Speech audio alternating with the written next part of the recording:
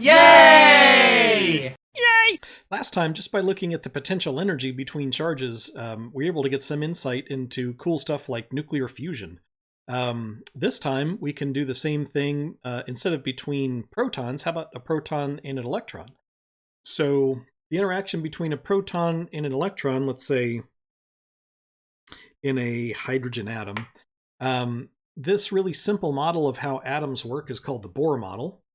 And let's see if we can figure out a little bit about how they interact and the energy of their interaction just by sort of the simple formulas we have so far.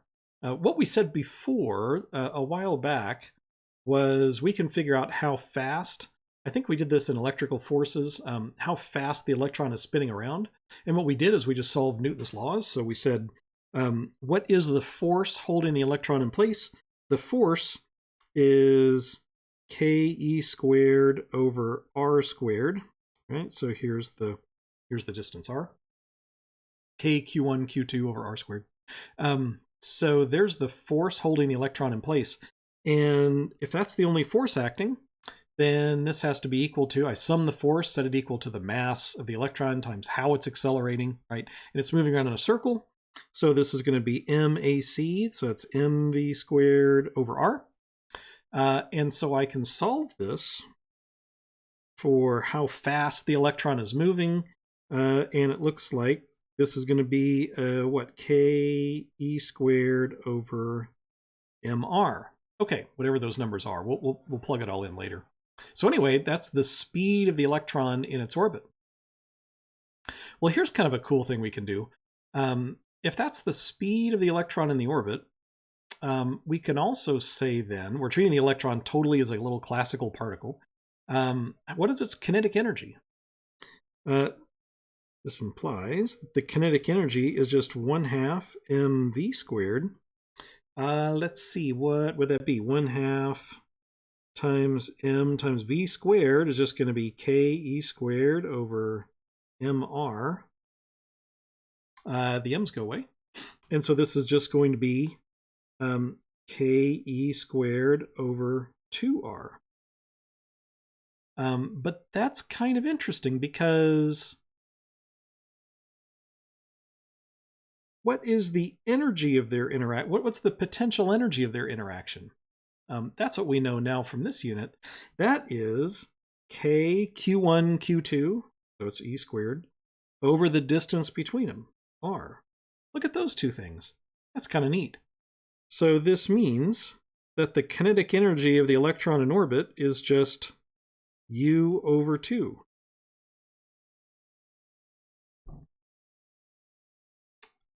The magnitude of it, right? The amount of energy is just half. The kinetic energy is half of the potential energy. Actually, that's a general result.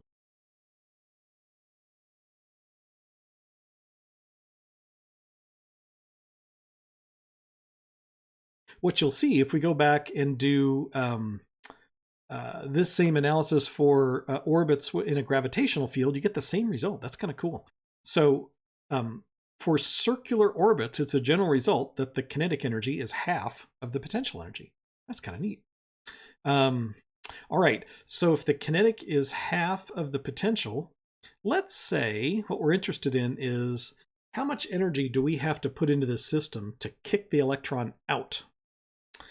So in other words, what I'm saying is, you might remember this from chemistry. What is the ionization energy?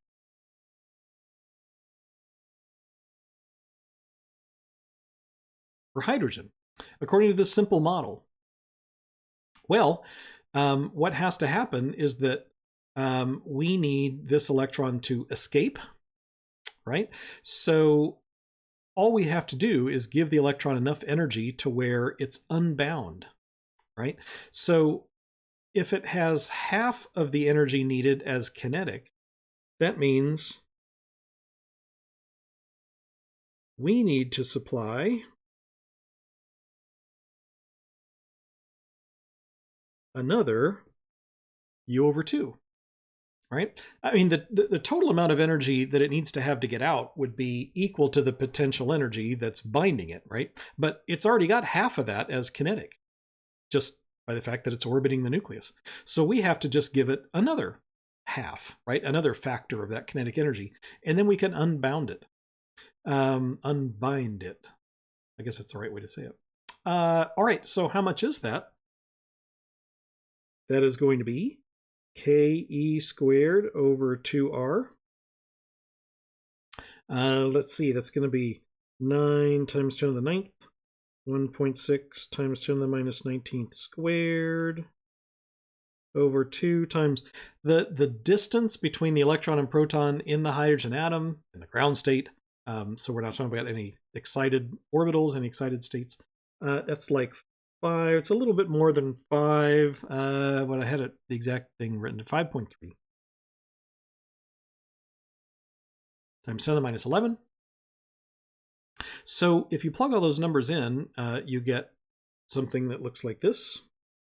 What did I get? 2.18 times 10 to the minus 18 joules. Okay. But remember, in the atomic realm, a joule is it's a really clumsily large unit of energy to use. So we'd like to use something smaller. And so what we want to do is use an EV. So 2.18 times 10 to the minus 18th joules divided by 1.6 times 10 to the minus 19th joules per EV. So that's how we change to EVs. And if you do this, what you get is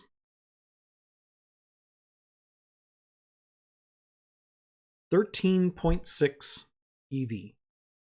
That's how much we have to put in to kick the electron out, because the electron already has half of the energy it needs. I guess this is also telling us that this is the amount of kinetic energy the electron already has, 13.6. So we need to give it another 13.6 if we want to kick it out. That's a very cool result. And again, all this is just by applying the simple formulas in the chapter. Now we can predict what the ionization energy of hydrogen is. So if we apply this much energy to a hydrogen atom, we kick that electron right on out. That's a very cool result.